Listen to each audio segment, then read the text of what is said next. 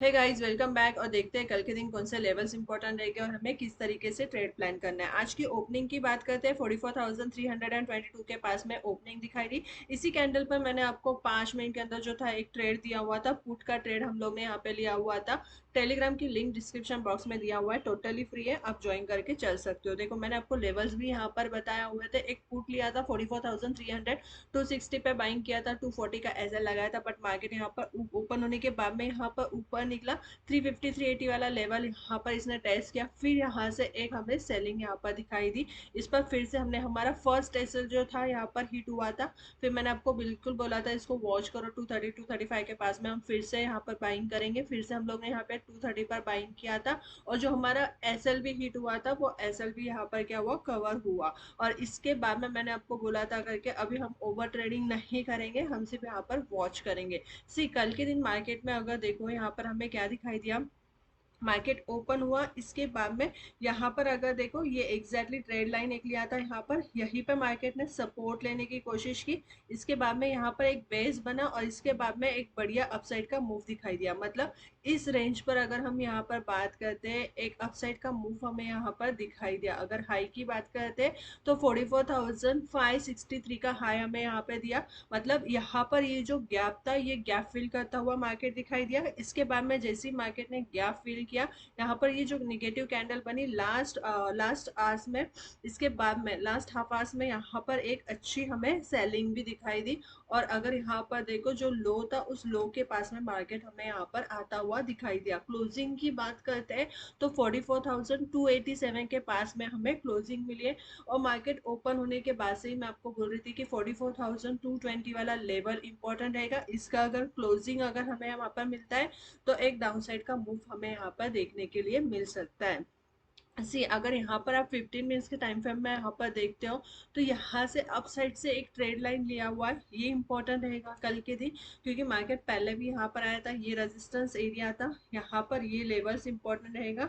इसके बाद में यहाँ पर ऊपर जाने की यहाँ पे कोशिश की थी, फिर यहीं पे सपोर्ट लिया था मार्केट ने। फिर गैप अप ओपनिंग के बाद में यहाँ पर मार्केट हमें यहाँ पर दिखाई दिया। इसके बाद में जब मार्केट की ओपनिंग भी हुई, एग्जैक्टली मार्केट ने यहाँ पर सपोर्ट लिया, और आज भी देखो यहाँ पर सपोर्ट लेने की कोशिश कर रहा है।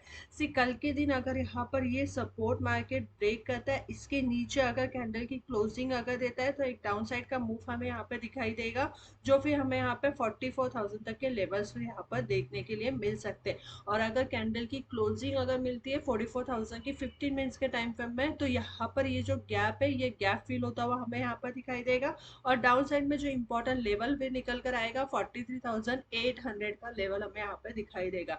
गैप अप ओपनिंग में इमीडिएटली बाइंग नहीं करना है। मार्केट नियर अबाउट यहाँ पर कहीं पर ओपन हो जाता है, 44,600 44,500 यहाँ पर कहीं पर ओपन हो जाता है। तो एक चीज को समझो, जब भी मार्केट अपने रेजिस्टेंस एरिया के पास में, अगर आप यहाँ पर भी चेक करोगे, तो जब भी मार्केट अपने रेजिस्टेंस एरिया के पास में जा रहा है, बायर्स वहां पर हमें वीक होते हुए दिखाई दे रहा है, और एक सेलिंग का ही प्रेशर हमें यहाँ पे दिखाई दे रहा है। तो सी यहाँ पर हम क्या करेंगे, कैंडल का मूव देखेंगे, किस तरीके से कैंडल्स देखेंगे, इसके बाद में ही हम यहाँ पे क्या करेंगे, बाइंग के लिए प्लान करेंगे।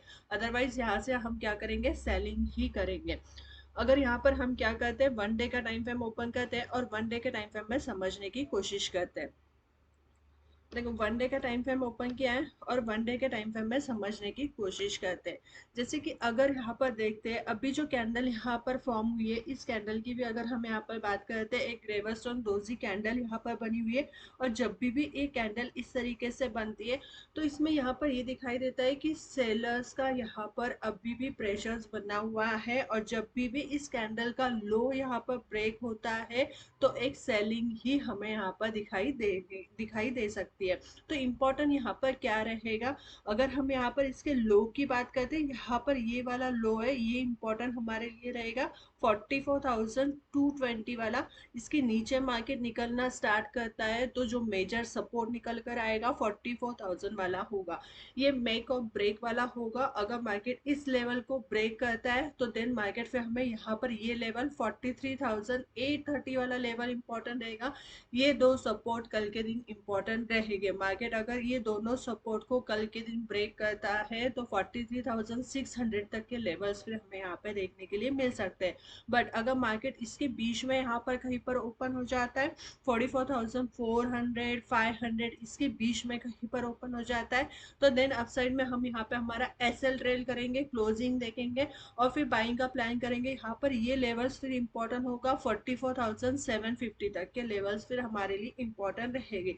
सपोर्ट की बात करते हैं, सपोर्ट यहाँ पर दो ही नजर आ रहे हैं, first 44,000 and second one is 43,830, ये दो सपोर्ट्स इंपॉर्टेंट रहेंगे। रेजिस्टेंस की बात करते हैं, 44,500 एंड 44,750 ये इंपॉर्टेंट लेवल रहेंगे। यहाँ पर ये देखना जरूरी होगा कैंडल की क्लोजिंग कैसे रहेगी।